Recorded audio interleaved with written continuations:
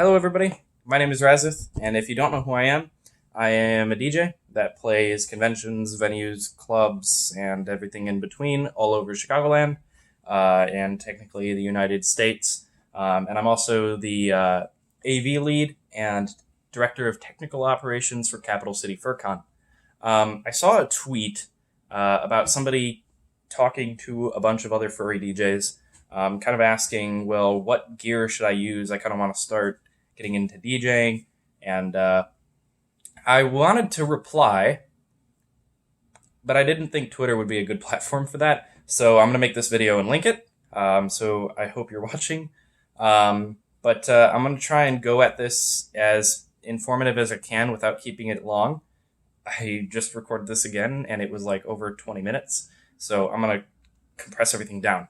But anyway, when it comes to asking that question, what gear should I use? It's a very loaded question because there's a lot of variables that make that question hard to answer. It depends on your skill level. It depends on what venues you're going to play. It depends on what kind of music you're going to play. It depends on where you're going to play. There's 100 different variables that come up when you're trying to decide that. So I'm just going to go over what kind of gear exists. And I hope based on my feedback, you can kind of pick what you think is best for you. So going over the main things that exist right now, the things that you are going to want to purchase, consider purchasing, I'm going to kind of put those highlighted rather than kind of older gear and things that might not necessarily come into play now. So first off, I have to mention vinyl. If you're wanting to play vinyl or you're wanting to play DVS, that's totally something you can do. But I'm not the person to ask about doing that. I've used it before. I have done it before. It's not for me. I only know, I only have limited knowledge about how vinyl works and kind of how everything correlates with that. But if that's something you're wanting to do, you'll have to get turntables, you'll have to get cartridges, and you'll have to get a mixer, and you'll have to obviously have all of your vinyl. If you're wanting to do DVS, which is that same setup except you're using control vinyl, which are essentially discs that allow you to control, you're going to have a computer running your DJ software that those vinyl discs will control. So that's kind of its whole thing. That's all I really want to go into it because, again, I don't know much about it, and I don't want to be the person putting out wrong information. But that aside, there's two other main setups that you're going to probably encounter or consider using when it comes to, well, what gear should I use? And that's controllers, and the other is players, which I'm going to call because I don't think they have a other name. A multimedia player, multiplayer, I don't know. But controllers and players. And controllers are probably where you're going to want to start. And the main reason for that is cost. If you're just getting into DJing, you've seen a couple videos on YouTube or you've seen your friend do it, and you're like, hey, I want to try that. I highly recommend getting a controller because they are not expensive. You can get a decent controller, a Numark Mixtrack 3, which is what I started on, for $150. And you pair that with your laptop or your desktop computer that you have, and you're golden. You have everything you need there to start DJing and figure out if that's something you want to do. It's not a good idea to buy the highest end CDJ system, which are players, and be set back $6,000 because you wanted to start and that's what you thought you needed. You don't need that. A controller will get you by just fine, and in some cases might have features that your CDJs, your $6,000 CDJs aren't going to have. So essentially what controllers are essentially little devices. This isn't a controller. I'm just using an example. Little devices, standalone devices, that 99.9% of the time plug in via USB into your computer. And what they do is when you push buttons or move faders or turn dials or move the jog wheel, it sends that data over to your computer and into your DJ software and controls it. Mind-blowing, I know. So what you have is essentially a little piece of hardware, technically what's known as a MIDI controller in most cases, that sends signals over to your computer and controls the software. That's what makes it so cheap.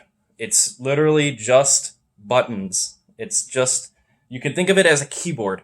It's literally just a device you plug in, you push a button, the computer knows what button you pushed, and it interprets that data. The only thing with that is, while you can have really cheap controllers, you can also have really expensive controllers. You don't necessarily have to have the cheapest controller. The one that I mentioned earlier, the Numark Mixtrack 3, is a very basic controller made and designed to get you started. But if you really wanted, if you decided you like controllers better than players, you can go all the way up to the Pioneer DDJ 1000, which mimics a professional CDJ setup. It has all the features, it has all the buttons, it's just a giant unit, one giant unit. You plug into your computer via USB cable, and your computer handles all the audio processing and just routes it all through the controller. That's essentially what a controller is at its heart. It's just a piece of hardware, and your computer does all the work. I hope I got that right. Now, when it comes to players are different. And the reason they're different is because they're modular, they're standalone, and they can do pretty cool things. So what I have here is my daily driver. This is a Pioneer XDJ 700. This is their flagship XDJ, or not flagship, cheap XDJ model. It's actually the cheapest one they have on the lineup, but it is full-fledged. It's a full, XDJ player. And when I say things like CDJ and XDJ, you may be confused. The difference between them is a CDJ can play CDs. That's essentially where we got the media player from, the CDJ lineup. They have CD slots. They have, or most of them have SD card slots. And most importantly, what we're going to focus on is they have flash drive USB slots where you can plug a flash drive into. XDJs just have the flash drive slot, and I think maybe also an SD card slot. I could be wrong. Now, what's the difference? Nothing. It's just the CD. It's just the CD slot. And I guess the features, if you really wanted to be that comparative, but some of them are similar enough where that doesn't matter. So when it comes to having individual players, all they are those standalone units. This unit right here is all you need to technically plug into a speaker and start playing music.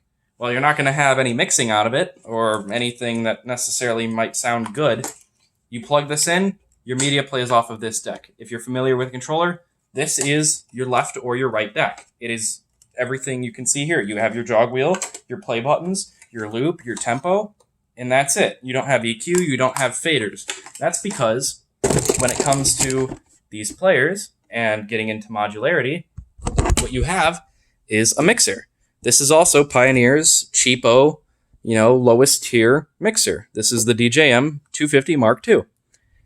And this is what I have as a daily driver. It's the lowest end gear at an affordable price because it's compatible with all of the highest end gear. And, well, what do I mean by that? Well, I can take these to any venue and plug them in to the highest end gear. I could plug these into a DJM 2000 Nexus if I really wanted to, or I can take this mixer and plug it into CDJ 2000s, and it works totally fine. I can set these up in any configuration I want with the other tiers of gear. But in this configuration, this is the most cost-effective setup. And the reason I do this is essentially compatibility. This flash drive I can set up on the lowest end gear that doesn't necessarily have all the features that the highest end gear does, but I can go through, set up all my information, and then take that flash drive, plug it into the highest end gear, and I will have the exact same information, except now with this highest end gear, I have more effects, I have more, higher end EQing probably, I have more mic shit, there's a bunch of different features that I would get with a higher end setup that you don't have here. And that's 100% okay, because that's how these are meant to be designed. They're meant to be interchangeable. They're meant to be configurable. If I wanted to have 4 of these players, if I wanted to have 6 of these players, I could do that. I would need a better mixer because this only supports 2 players, but I could get a DJM 900 and I could have 4 of these, or I could get the DJM V10 and I could have 6 of these. But you don't have to. You could have this exact setup and be totally fine. And that's the reason I like these. This is all I need to go DJ at a club or a convention that has Pioneer Rekordbox enabled gear. It's that simple. You load all your music onto that, and you set it up through Rekordbox on your computer, which you use to analyze all your music and add to the flash drive, and then you plug it into here and you go. That's why I like these, because they're so simple. You don't have to carry around a laptop. You don't have to carry around a controller or any of the cables or anything in between. It's literally you plug into what the club has and you go. And since I do this for a living, I do this professionally, a lot of places aren't going to let you bring your controller in or your own laptop in. They're going to want you to use what they have. So that's what makes this super convenient. I can just slap this into the club's gear. It'll see all my music, it'll see all my hotkeys and all my beat grids, and I'll just be able to go. Now, the reason you're not going to want to buy this when you first get started DJing is the cost. Each one of these players are $700, and this mixer I think is $300 or $400. That makes this setup over $1,000, when you very well could buy a controller to get started and see if you like DJing for $150. It's literally more than 10 times cheaper. You could very well start with these if you really, really decided you want to, but I would not recommend buying these if you're just starting out. If you decide you want to try these gears, or these sets of gears, find somebody who has it and try it for yourself. That's what I did. I started on controllers, and when I found out about these in a way that allowed me to interact with them and use them, I decided, holy crap, I hate carrying around a controller. I would much rather carry around a flash drive, and I made the switch to these. Now, I very well, again, could have just bought the highest end gear. I could have bought CDJ 2000s, but for my setup, this works for me because I very rarely ever need to use these for professional setups.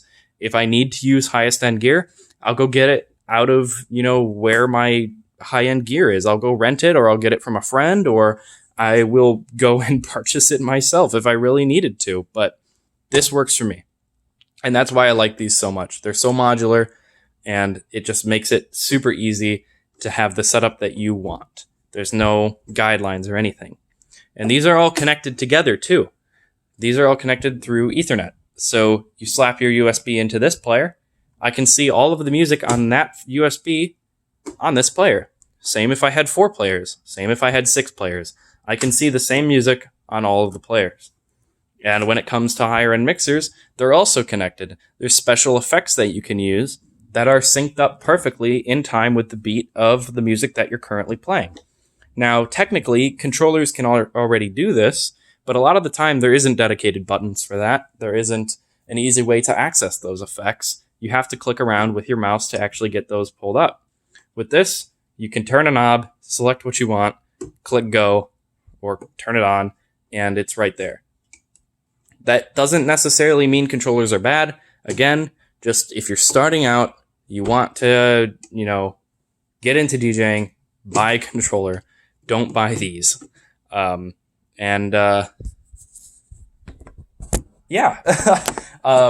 reference, what I started out with was, again, the Numark Mixtrack 3. It's a great controller. I started with Virtual DJ. You could start with whatever you want, but that's just what I started with. You could use Traktor. You could use Serato. If you really wanted, you could buy a Rekordbox controller that comes with a Rekordbox key and use Rekordbox. And that makes, that actually makes the switch to using CDJs a little easier if that's what you kind of think you might want to do down the line. But again, you could do what you want. After that, Mixtrack 3, I moved to a Pioneer, what was it? I think it was a DDJ SB3, which is essentially their Serato controller, but I was using it for Virtual DJ still at that time. Then I moved to the XDJ RX, I believe it was.